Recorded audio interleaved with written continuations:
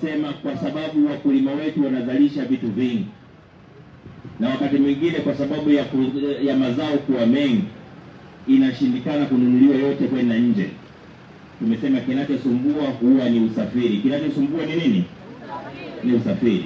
Tumesema ndani ya miaka 5 tunajenga meli kubwa ya mizigo kwa ajili ya kusafirisha mizigo yetu kutoka Mtwara kupeleka Komoro. Hapo vipi?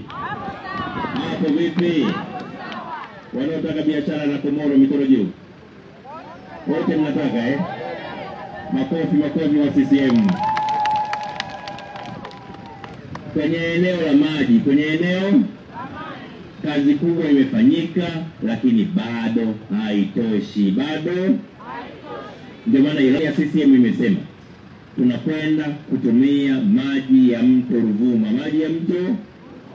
Katika mradi mkubwa wa maji tunakwenda kufanya maji ya mto Ruvuma ambayo yatafika mpaka maeneo yetu ya Mtwara na Mtwara vijijini. Hapo vipi? Hapo sawa. Lakini vile tunakwenda kufanya mradi wa kutafuta vyanzo na kuongeza maeneo mengi yapate maji, ili mradi ndani ya miaka 5 inayokuja kila mtu awe na uhakika wa maji safi na salama. Lakini kwenye eneo la nishati ya umeme, mpaka hivi tunavyoongea kila kijiji kimefikiwa na umeme. Uongo kweli? Kila kijiji kimefikiwa na umeme. Na haya ni mapigo ya Mama Samia ya miaka 4.5. Uongo kweli?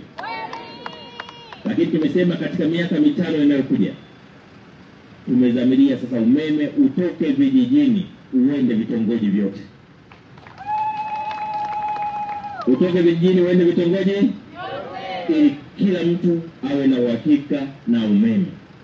Lakini pia katika kutumia nishati mbadala tumesema mradi wa gesi asilia unakwenda kuimarishwa ili watu wetu pia watumie gesi.